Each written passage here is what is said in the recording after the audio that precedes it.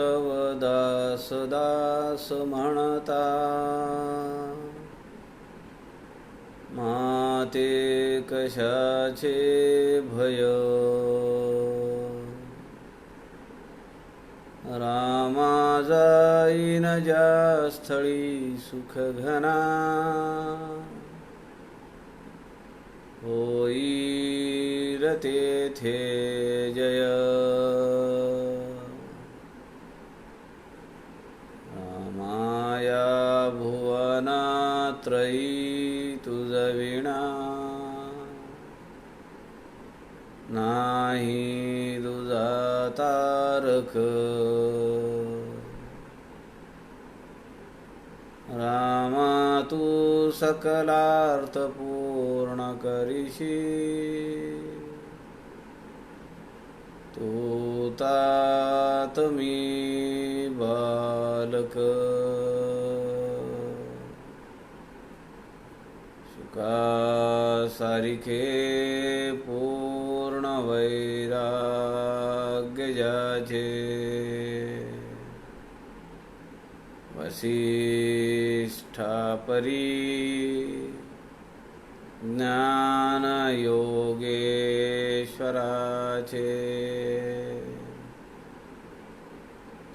कवी वाल्मिकी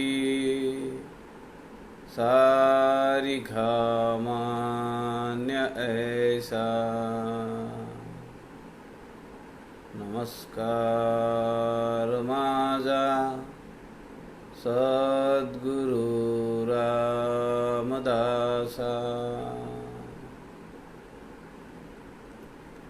मला वाटते अंतरी त्वा वसावे,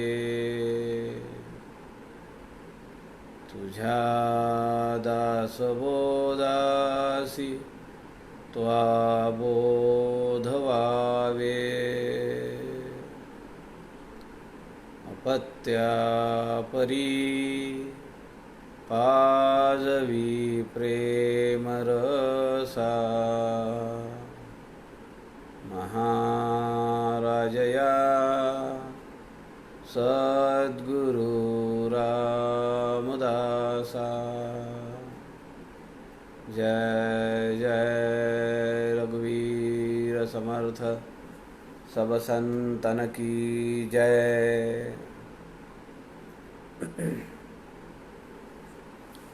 सज्जन हो, नमस्कार. सद्गुरू समर्थ रामदास स्वामींच्या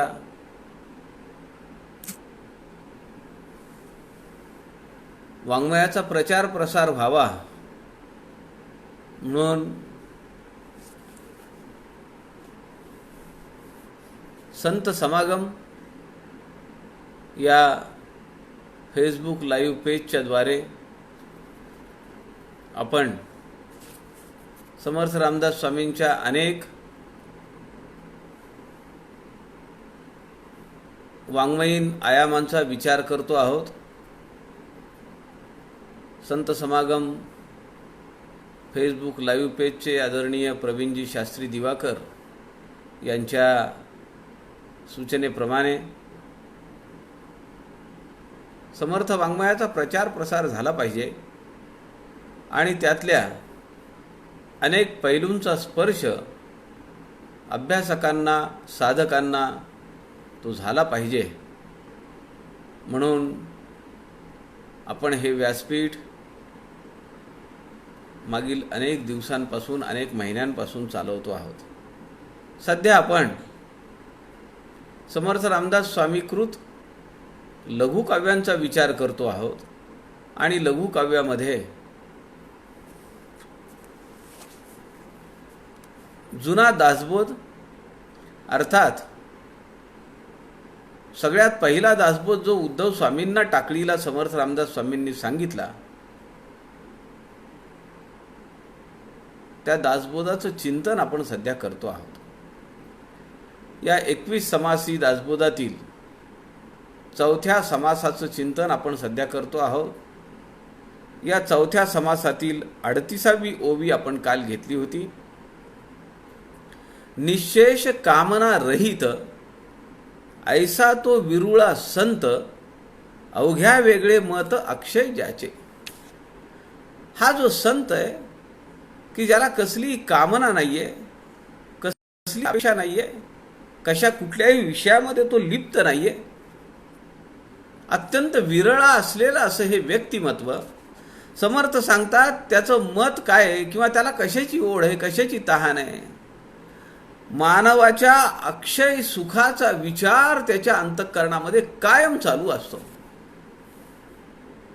कसा हा माणूस राहील, कसा जगेल, कसा खाईल, कसा पिईल, याची पारमार्थिक वाटचाल कशी होईल, त्याला स्वस्वरूपाचं दर्शन कधी प्राप्त होईल, त्याच्या जीवनाचं ध्येय काय आहे, साध्य काय आहे, त्याची साधना काय आहे, हे त्याला कसं समजेल. हाच विचार सद्गुरूंच्या अंतःकरणात कायम असतो. या समासातील पुढच्या ओव्यांचा विचार आपण आज करूया. समास चौथा, सद्गुरु लक्षण, ओवी क्रमांक 39. श्रीराम समर्थ श्रीराम. अक्षय ठेवा सकळांचा, परी पांगडा फिटेना शरीराचा, तेणे मार्ग ईश्वराचा, चुकोनी जाती श्रीराम. सिद्धी आणि सामर्थ्य झाले, सामर्थ्ये देहास महत्व आले, तेणे बेचांड बळकावले, देह बुद्धीचे श्रीराम. समर्थ या ठिकाणी म्हणतात, अक्षय ठेवा सकळांचा, परी पांगडा फिटेना शरीराचा, तेणे मार्ग ईश्वराचा, चुकोनी जाती. तत्वज्ञान किती अगाध मांडू द्या, परंतु शरीर सुखाची लालसा जर कमी होत नसेल, परी पांगडा फिटेना शरीराचा, मला हे पाहिजे, खायला ते पाहिजे, घालायला ते पाहिजे, कपडे हे पाहिजेत, माझं हे सुख घ्यायचं राहिलं, ते उपभोग घ्यायचे राहिले, हे जर संपत नसेल तर समर्थ म्हणतात, तेणे मार्ग ईश्वराचा, चुकोनी जाती. आणि अशी माणसं काय करतात, जन्म मृत्यूच्या फेऱ्यामध्ये पुन्हा पुन्हा पुन्हा पुन्हा त्यामध्ये सापडतात.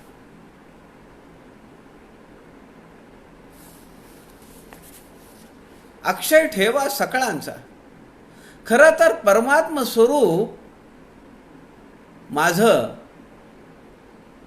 हा प्रत्येकाचा ठेवा आहे. समर्थ मानाच्या श्लोकामध्ये म्हणतात, मोक्ष भागी हो विभागी, तुझा अधिकार आहे तो. मोक्ष मिळणे हा माझा अधिकार आहे. कैवल्य प्राप्ती मिळणं, कैवल्य प्राप्ती होणं हा माझा अधिकार आहे.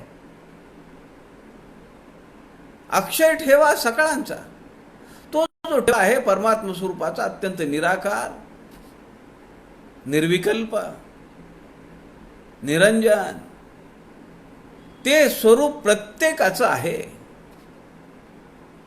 पण देह बुद्धीत अडकलेला माणूस, परी पांगडा फिटेना शरीराचा, त्याला शरीराचे चोचलेच त्याचे संपत नाहीयेत. तेणे मार्ग ईश्वराचा, चुकोनी जाती. ईश्वराचा मार्ग चुकतात आणि जन्म मृत्यूच्या कचाट्यात पडतात.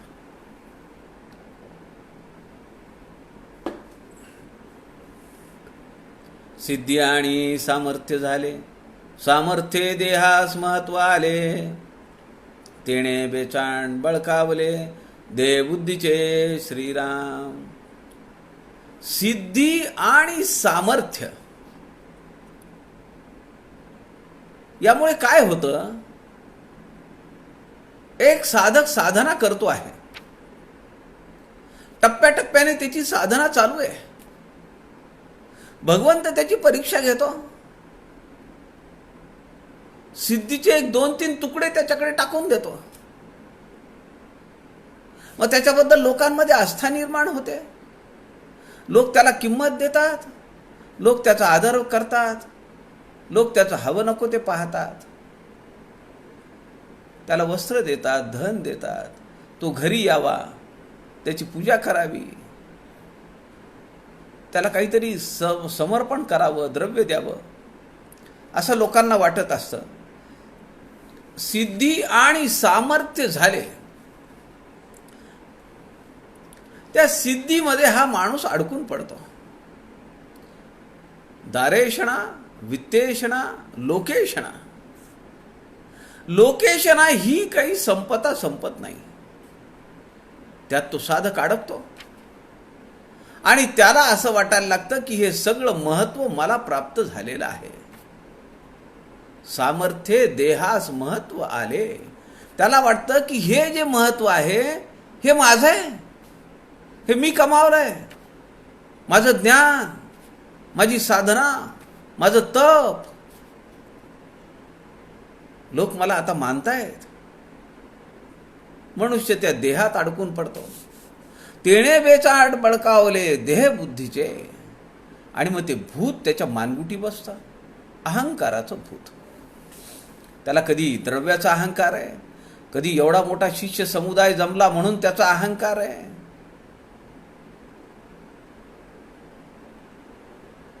माझ्या पुढे मागे लोक एवढे झुलतायत, माझी वाहवा करतायत, माझं कौतुक करतायत. त्याच्या डोक्यात हवा शिरते. समर्थ या ठिकाणी म्हणतात, तेने बेचाण बळकावले देह बुद्धीचे. ते भूत त्याच्या मानगुटीवर बसतं. सांडुनी अक्षय सुख, सामर्थ्य इच्छिती ते मूर्ख. कामने सारिके दुःख, आणिक काहीच नाही श्रीराम. सांडून अक्षय सुख, परब्रह्म स्वरूपाच्या प्राप्तीचं अक्षय सुख मी टाकून देतो आणि माझ्या देहाच्या सामर्थ्यात मी अडकून पडतो. लोक जे माझी पूजा करतात, लोक जे माझं भजन करतात, लोक जे माझा आदर करतात, लोक जे माझं कौतुक करतात, त्याच्यानी माझा अहंकार बळावतो. माझ्या लक्षातच येत नाहीये की भगवंतांनी टाकलेली ही माया आहे.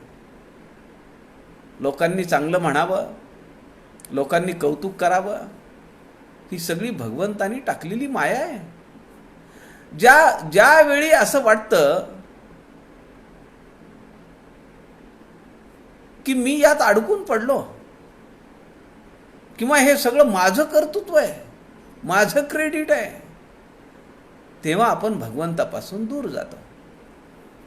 सांडून अक्षय सुख, त्या भगवंतापासून जे मिळणारं अक्षय सुख आहे, शाश्वत समाधान आहे, ते आम्ही टाकून देतो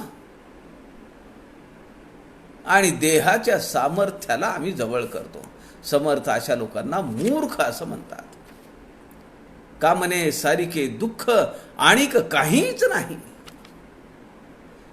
ईश्वर प्राप्तीची इच्छा सोडायची, समोर सन्मुख उभा असलेला ईश्वर त्याला दुर्लक्ष करायचं आणि जे अशाश्वत आहे त्यात अडकून पडायचं. जे अक्षय सुख आहे, परमात्म स्वरूपाचं सुख मला मिळणार आहे, ते मी बाजूला ढकलायचं. मी माझ्या देहावर, देहाच्या सामर्थ्यावर अनेक इच्छा करायच्या. कामने सारिखे दुःख, आणिक काहीच नाही. मनामध्ये एखादी कामना असणं, मनामध्ये एखादी वासना असणं, मनामध्ये एखादी इच्छा फलद्रूप होणं, याच्यासारखं दुःख कुठलंही नाही असं समर्थ सांगतायत. अपेक्षा विरहित असणं, असेल तर असू दे, नसेल तर नसू दे, मिळालं तर ठीक आहे, नाही मिळालं तरी ठीक आहे. साधकाच्या अंगामध्ये जर या भावना येत नसतील तर त्याची साधना काही राईट ट्रॅकवर चालू आहे असं म्हणता येणार नाही. ईश्वरे वीण जे कामना, तेणेची गुणे नाना यातना. पावती होती पतना, वरपडे प्राणी श्रीराम. ईश्वराला बाजूला करायचं. ईश्वरे वीण जे कामना, भगवंताची प्राप्ती ती करून घ्यायची आहे का ज्या अशाश्वत आहेत, जे भासमय आहे, जे माईक आहे, त्यात अडकून पडायचं? बरं, त्यात अडकून जर पडलं तर अनेक प्रकारच्या यातना आहेत.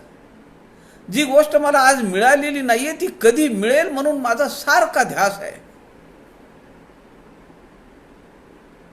माझं लक्ष नाहीये अभ्यासाकडे, माझं साधनेकडे लक्ष नाहीये, खाण्यापिण्याकडे लक्ष नाहीये, बोलण्याकडे लक्ष नाहीये. एकच मनात ध्यास आहे, अप्राप्त असलेली वस्तू मला कशी प्राप्त होईल.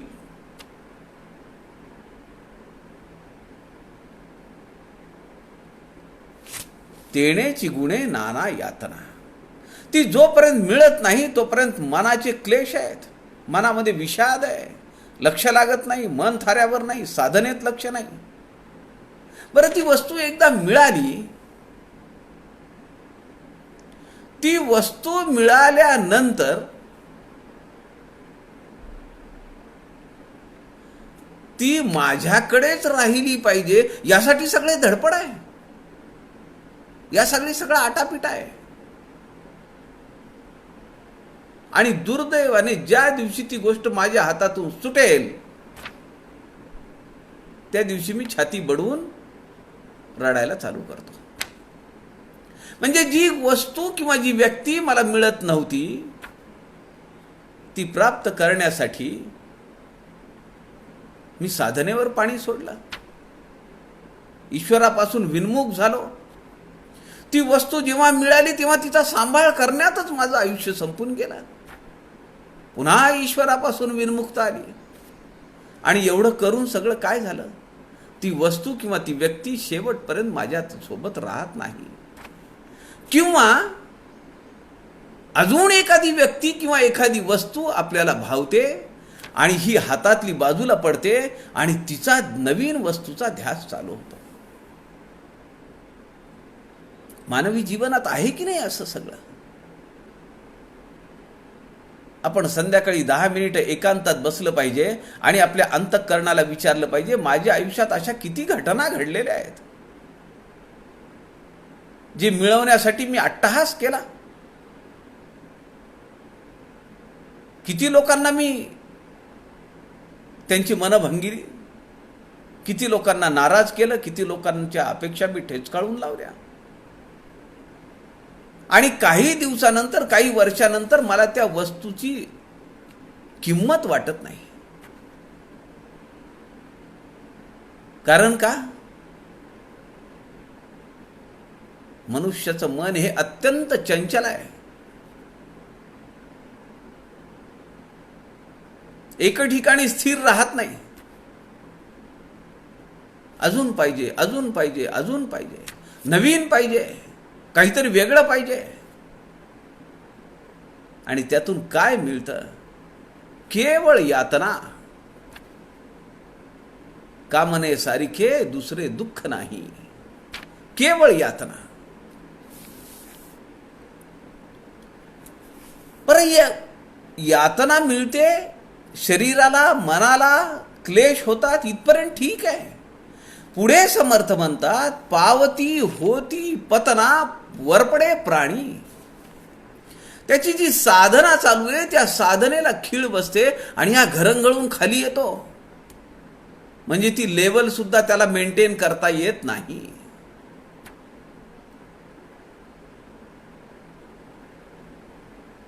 कोरोना झाल्यानंतर जेव्हा सिटी स्कॅनचा स्कोअर वाढतो, 10-12च्या पुढे जातो, तेव्हा डॉक्टर लोक म्हणतात की ऑक्सिजन लावला पाहिजे. म्हणून ते काय करतात? ऑक्सिजनचा मास्क त्या पेशंटच्या नाकाला लावतात. पण मी तुम्हाला सांगतो, माणसाला तो मास्क लावल्यानंतर गुदमरल्यासारखं होतं. माणूस काय करतो, तो पेशंट काय करतो, तो मास्क काढतो. आणि तो ज्या क्षणी मास्क काढतो त्या क्षणी तो अजून जास्त गुदमरतो, त्याला धाप लागते. ही वस्तुस्थिती आहे. मी हे सगळं अनुभवलंय ना, म्हणून तुम्हाला सांगतो. जी वस्तू मुबलक प्रमाणात आम्हाला हवेमध्ये मिळते आहे, आम्हाला त्याची किंमत नाही आहे.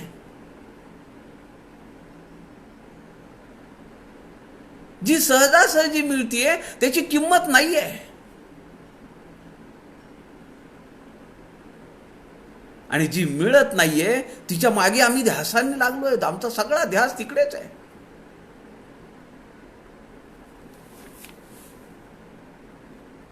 आणि जेव्हा ती मिळतीये, ऑक्सिजन शिवाय आपलं शरीर जगणार नाही. डॉक्टर म्हणतात मास्क लावा. मग हा पेशंट काय करतो, हा रुग्ण काय करतो, काय लावलंय माझ्या तोंडाला म्हणून तो काढतो. कारण त्यातून जो ऑक्सिजन मिळणार आहे तो इनसफिशियंट आहे. त्याला अनइझीनेस वाढतो.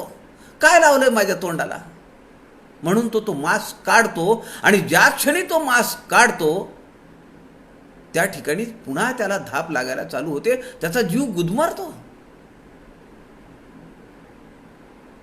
कारण हवेतल्या वायूमध्ये ऑक्सिजनचं प्रमाण त्या मानाने कमी आहे जेवढं की तुम्हाला ऑक्सिजनचा मास्क लावल्यानंतर ऑक्सिजन मिळतो. आणि एवढ्यावरही जर भागत नसेल तर डॉक्टर म्हणतात व्हेंटिलेटरवर चढवा. व्हेंटिलेटर म्हणजे नाकाने श्वास घ्यायचा, त्याच्याऐवजी डायरेक्ट लंगमध्ये ऑक्सिजन सोडणे. अत्यंत भयानक, शरीराला वेदना देणारी ही सगळी प्रोसिजर आहे. एखादा माणूस म्हणतो मला व्हेंटिलेटर नको, मी मेलो तरी चालेल, पण मला ते यातना नकोत. समर्थ या ठिकाणी म्हणतात ईश्वरे वीण जे कामना. वस्तू व्यक्तीच्या मागे किती लागणार? भगवंताला बाजूला सोडलंय. आणि जे अशाश्वत आहे, माईक आहे, भ्रम निर्माण करणार आहे, त्याच्या मागे आम्ही लागलो आहोत. तेनेची गुणे नाना यातना. अनेक प्रकारच्या यातना त्यातून मिळणार आहेत. अनेक प्रकारच्या यातना आहेत. शारीरिक आहेत, मानसिक आहेत. पावती होती पतना वरपडे प्राणी. आणि असा प्राणी, असा मनुष्य आपली साधना सोडतो, बेइज्जत होतो आणि साधनेच्या मार्गावरून घरंगळून खाली दानकन आदळतो. वरपडे प्राणी, पतन होतं त्याचं.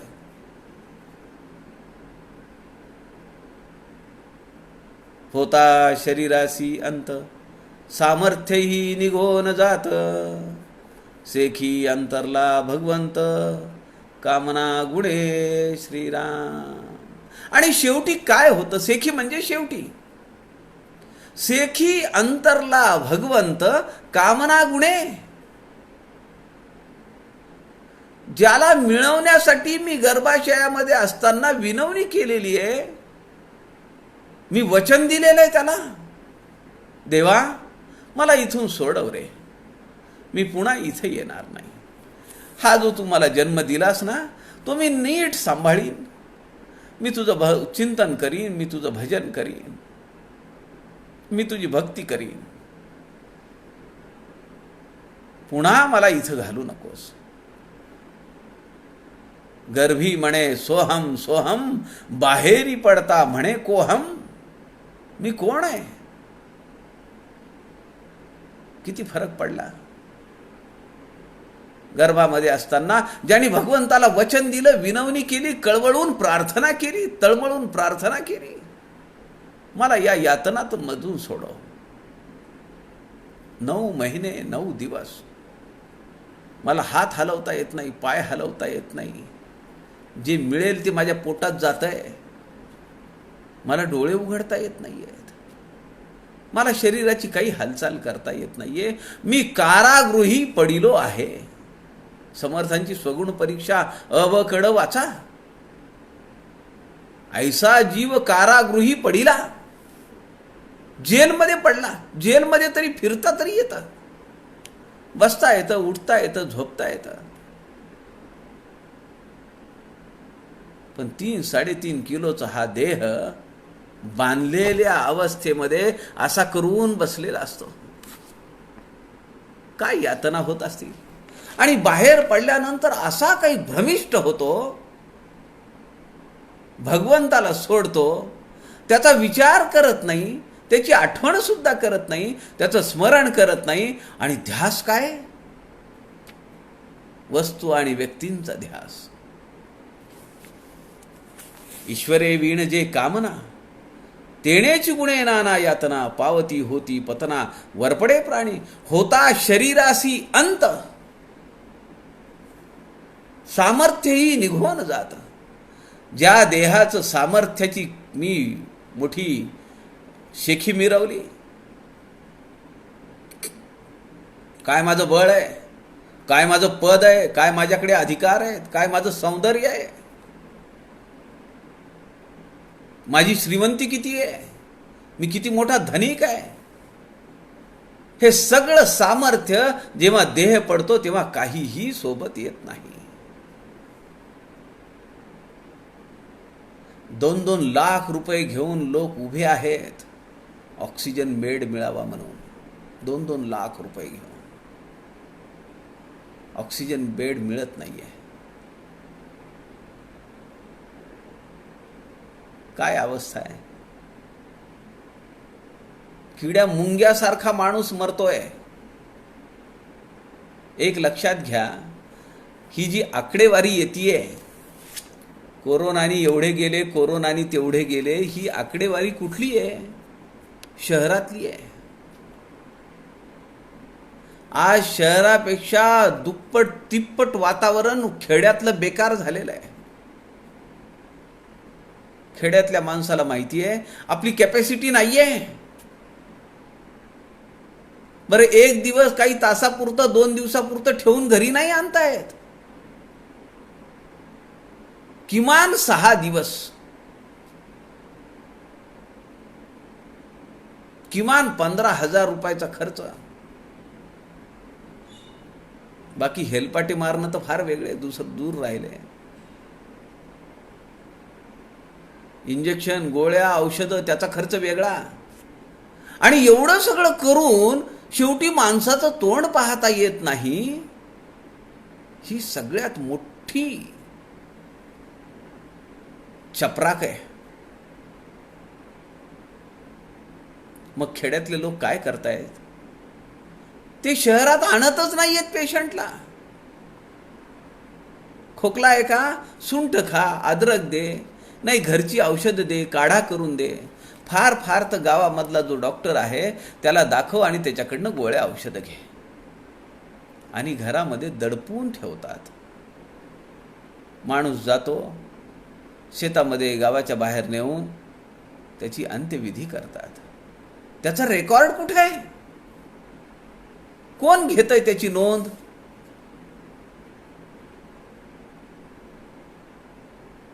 म्हणून लक्षात घ्या, आज जे आपल्याला आकडे दिसत आहेत, आपल्या जिल्ह्यामध्ये 30 गेले, 35 गेले, 32 गेले, 27 गेले, 20 गेले, याच्यात चौपट लोक मरतायत. अत्यंत वेदना होत आहेत. काय परिस्थिती आली. काय करता? फ्लॅट आहेत, फार्म हाऊस आहे, एफडी आहे, सगळं आहे. आम्ही कधी दासबोध वाचला नाही, आम्ही कधी ज्ञानेश्वरी वाचली नाही, आम्ही कधी तुकाराम महाराजांच्या गाथा वाचल्या नाही. जे पुढे येईल त्याला सहन करण्याचं बळ तरी कुठून मिळेल?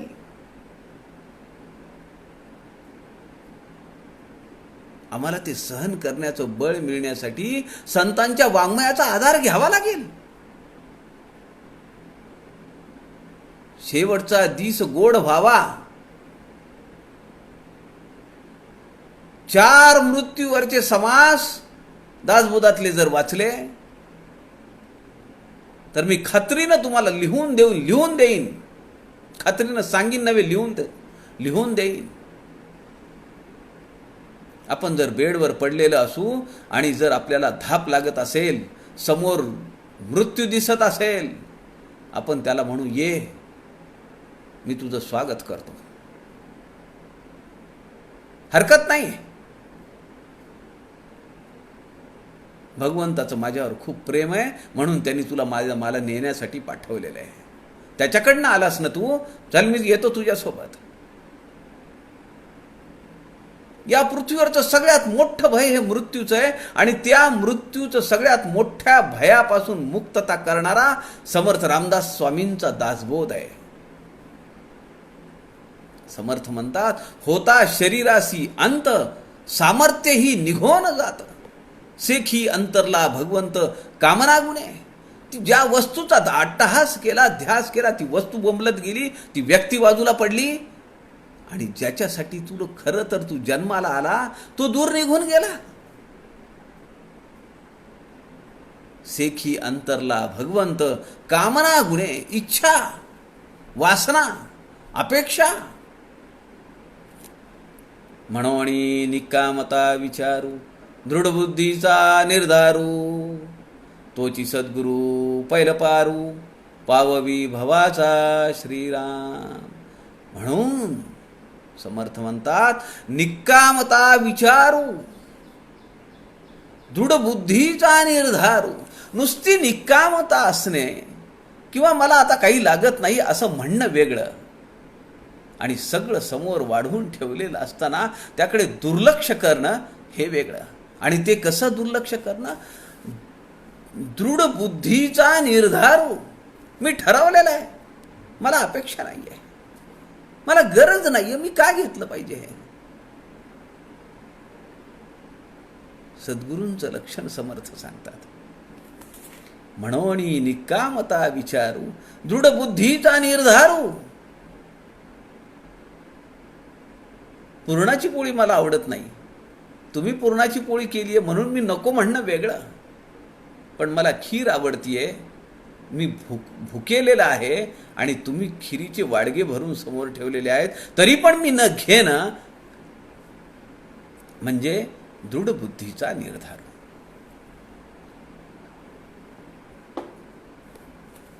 पुढे समर्थ म्हणतात, तोची सद्गुरू पैल पारू, पाववी भवाचा श्रीराम. असा सद्गुरू की जो निकाम आहे, त्याला कसली वासना नाहीये, कसली अपेक्षा नाहीये, कसल्या सुखाची उपभोगता लोलंगता नाहीये आणि ही त्याची दृढ बुद्धी आहे, चळणारी बुद्धी नाहीये.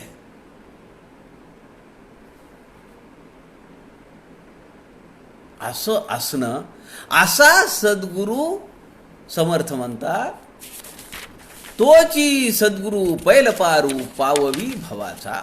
या भवसागराला पार करून नेण्याचं सामर्थ्य केवळ अशा संताकडे आहे जो अत्यंत विरळ आहे.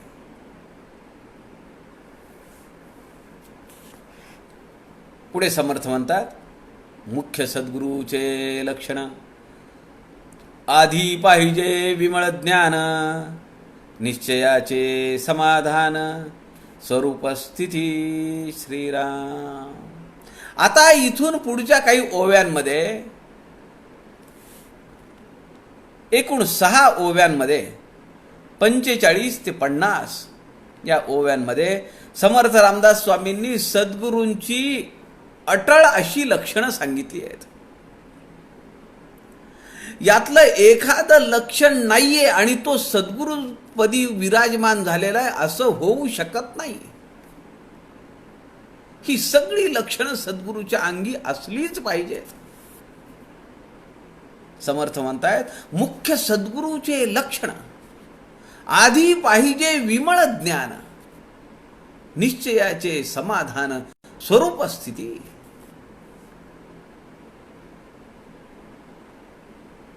मुख्य लक्षण सांगितलंय. ज्याला परब्रह्म स्वरूपाचं ज्ञान प्राप्त झालेलं आहे, परब्रह्म स्वरूपाची प्राप्ती झालेली आहे, परब्रह्म स्वरूपाशी तदाकारता अनुभवलेली आहे, असं ज्ञान त्यांच्याकडे आहे. निश्चयाचे समाधान, स्वरूप स्थिती. परब्रह्म स्वरूप हे ज्याचं स्वरूप आहे, तो देहाला आपलं स्वरूप मानत नाही. देह राहिला काय, पडला काय, खायला मिळालं काय, नाही मिळालं काय, काहीही फरक पडत नाही.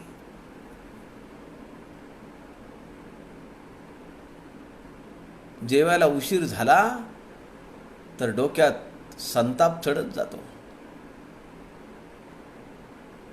आपल्या बाबतीत असं घडतं का नाही? परब्रह्म स्वरूप प्राप्ती एकदा प्राप्त झाल्यानंतर देहाचं काही घेणं देणंच राहत नाही.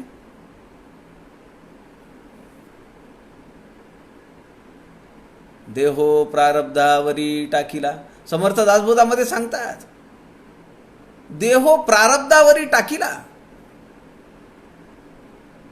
मला त्याच्याशी काही देणं घेणं नाहीये. जगला काय, पडला काय, ज्याला देहाचे चोचले जास्त पुरवावे वाटतात, उठसूट ज्याला आरसा बघावा वाटतो, त्याचं काही खरं नाही. किमान या वयात तरी नको.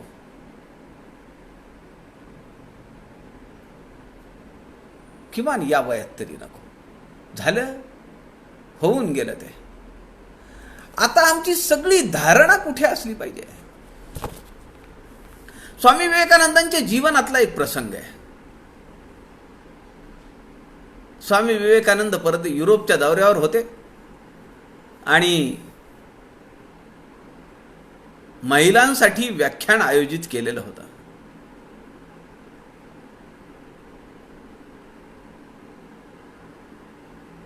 महिलांसाठी व्याख्यान आयोजित केलेलं होतं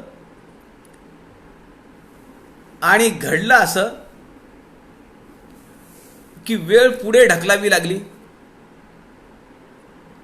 मग आता त्या ज्या आयोजक होत्या त्या म्हणाल्या, स्वामीजी तुम्ही एक काम करा ना, तुम्ही या खोलीमध्ये बसा इकडे तिकडे जाण्यापेक्षा. ते म्हणाले ठीक आहे.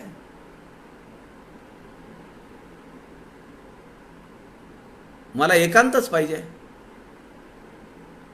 स्वामी विवेकानंद खोलीमध्ये बसले. साधारण तासभर गेला असेल. 1 तासांनी प्रवचन पुढे गेलेलं होतं, त्यांचं व्याख्यान पुढे गेलेलं होतं. म्हणून पाऊण तासानंतर, तासाभराच्या जवळपास त्या आयोजक बाई आल्या. त्यांनी दार उघडलं, पाहिलं तो स्वामी विवेकानंद ध्यानात मग्न आहेत. त्यांनी दारावर नॉक केलं. स्वामी विवेकानंदांची समाधी उतरली. ते म्हणाले, निघायचंय का? त्या बाई म्हणाल्या, हो, आपला हॉल भरलाय, सगळ्या महिला आलेल्या आहेत. ते म्हणाले ठीक आहे. ते उठले, आरशाच्या समोर गेले, फेटा बदलला, नीट बसवला, शर्टाची बटणं बरोबर बघितली. 1-2 मिनिटं गेले. त्या बाईंना मोठं आश्चर्य वाटलं. त्यांना वाटलं आत्ता काही नको बोलू, आपण प्रवचन झाल्यानंतर त्यांना विचारू. प्रवचन झालं, सुरेख विचार मांडले. स्वामी विवेकानंद बोलणार म्हणजे काय? सगळं झाल्यानंतर बाई, त्या आयोजक बाई स्वामी विवेकानंदांना एकांतात गाठतात आणि म्हणतात, स्वामीजी मला एका गोष्टीचं आश्चर्य वाटतंय आणि मला तुम्ही यावर जरा तुमचं स्पष्टीकरण द्या ना. ते म्हणाले, बोला, विचारा, काय वाटलं तुम्हाला? माझं काही चुकलं का बोलण्यात? त्या बाई म्हणाल्या, नाही, तुम्ही जेव्हा या प्रवचनाच्या अगोदर, व्याख्यानाच्या अगोदर या रूममध्ये बसला होता आणि मी तुम्हाला बोलवायला आले, तुम्ही आरशासमोर गेलात. तुम्हाला असं वाटलं का की महिलांच्या समोर मला बोलायचे? आता माझा पेहराव ठीकठाक असला पाहिजे, मी दिसायला ठीकठाक असलं पाहिजे. स्वामी विवेकानंद त्यांच्याकडे पाहिलं. त्यांनी पाहिलं, ते हसले. ते म्हणाले, अहो,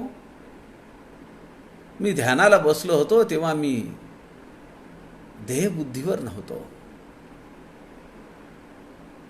देहबुद्धीवर मी नसताना माझ्या देहाकडे माझं लक्षच नव्हतं. पण जेव्हा मला आता समाजापुढे जायचंय तेव्हा एखादं वैगुण्य माझ्या शरीरावर प्रकट होऊ नये म्हणून मी आरशासमोर गेलो.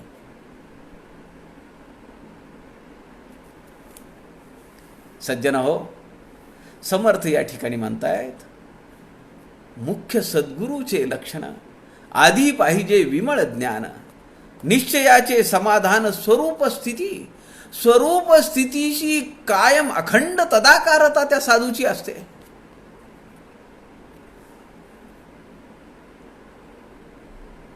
कारण त्याला चराचरामध्ये ते परब्रह्म स्वरूप दिसतं.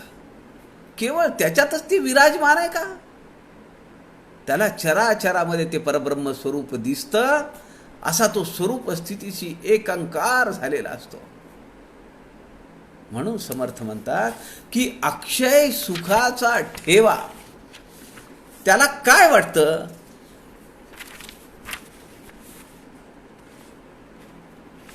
की सगळ्यांना मानवी जीवन